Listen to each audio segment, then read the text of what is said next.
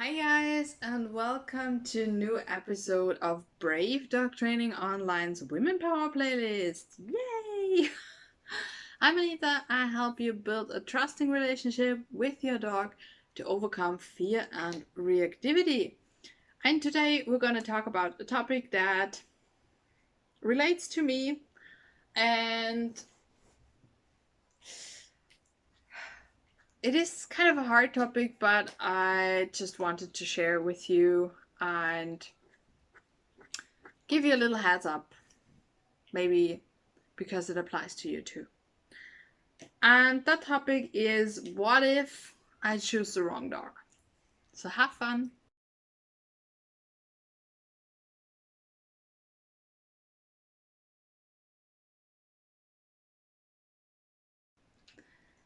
All right. So let's define what's the wrong dog. Of course, there are no wrong dogs, but sometimes dogs fit our lives better than others.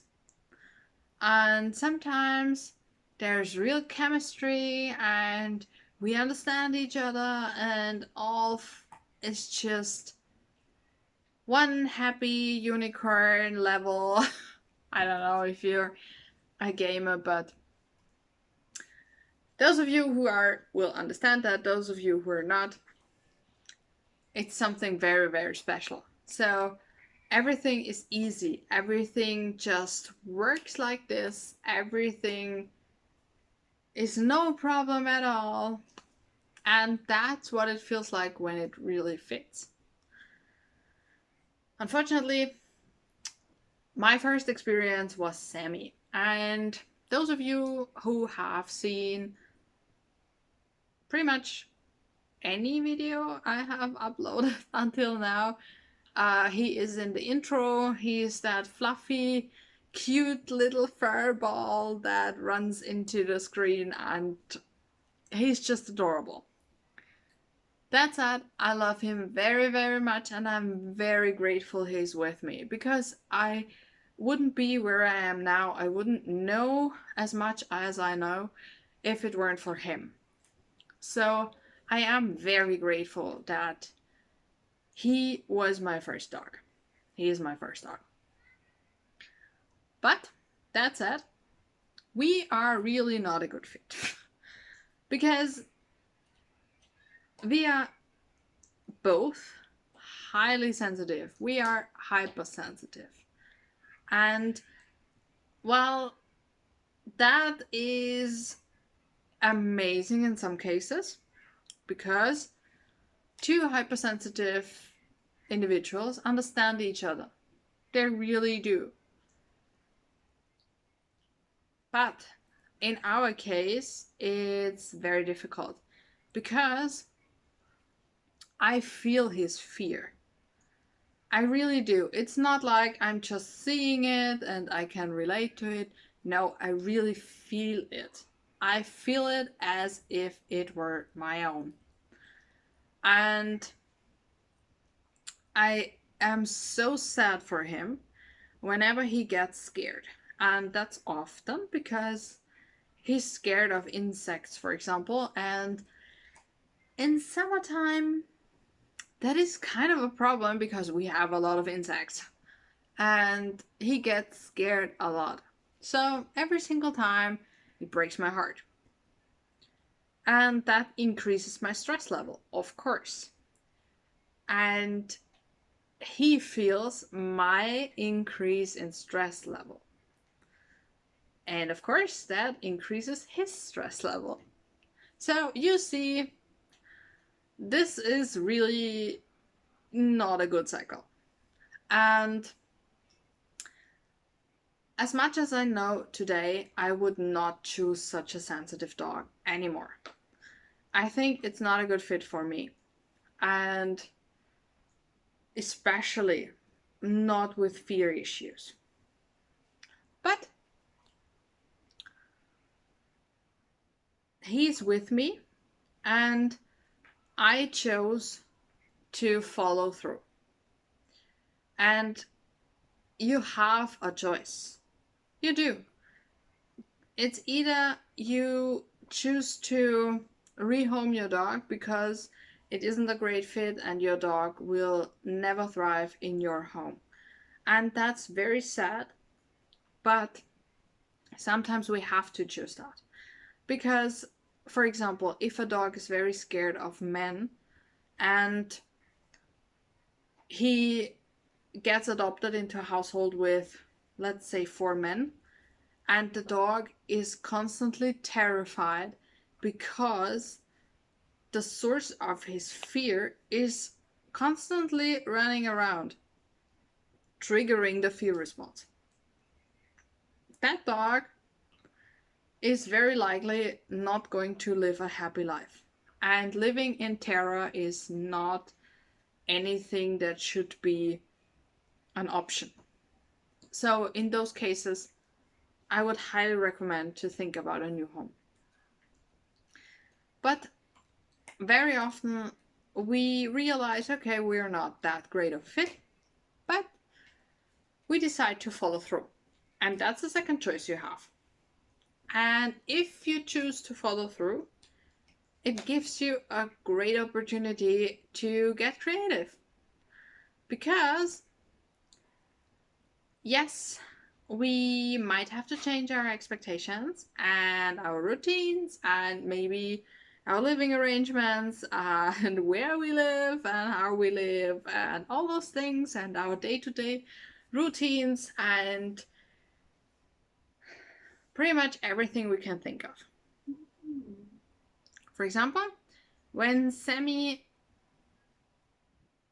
came into my life, I expected to get a dog for taking him with me wherever I go and go hiking.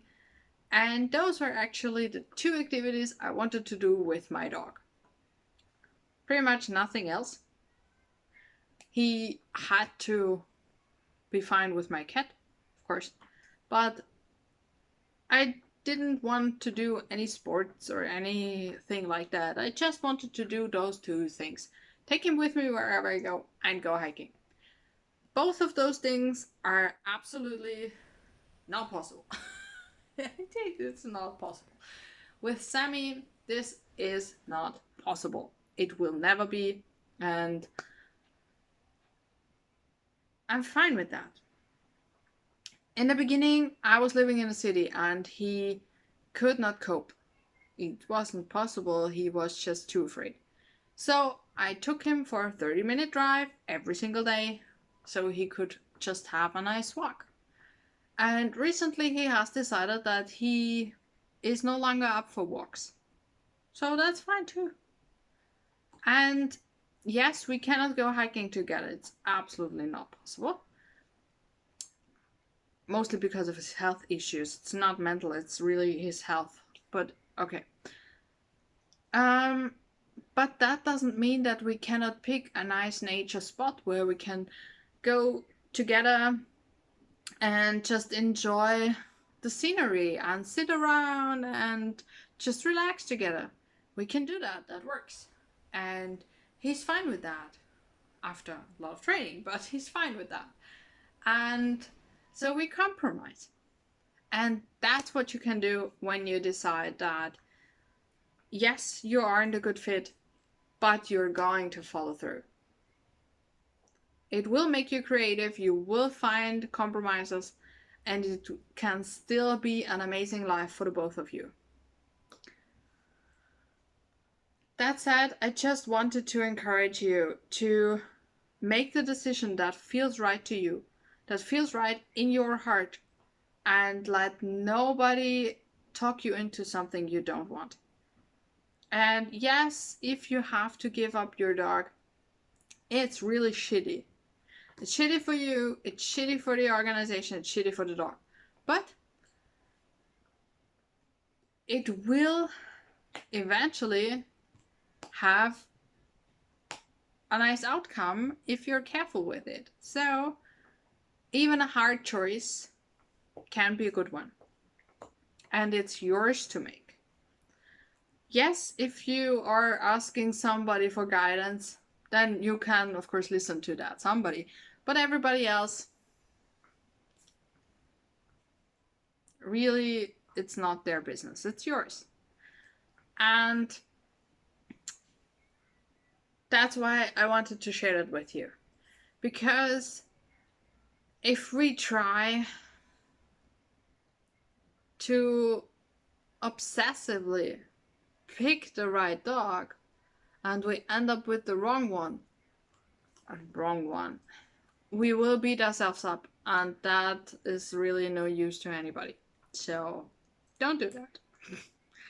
If you need help with choosing a well-fitting dog for you and your day-to-day life and your environment, write me an email. Go to the description box. There you will find my email, and write to me what you would expect from a dog and how I can help you. I would love to help you as much as I can. Of course, I don't know every organization in every country and every area, but there is some things that are really useful to ask an organization or a foster family or wherever you want to get your dog from. And that's what I can definitely help you with. So don't be shy. Let's get together and do this. And if you have a dog who gives you a hard time, I'll be very happy to help you with that as well. So have an amazing time with your dog. Don't forget to subscribe to the channel and click the little bell so you don't miss any videos about training and mindset and all those great things. And we'll see each other in 3 weeks because I'm really trying to have a vacation this time. And yeah, we'll see each other after. Have an amazing time with your dog and planning to get a dog if you're in that stage right now. Until next time, bye!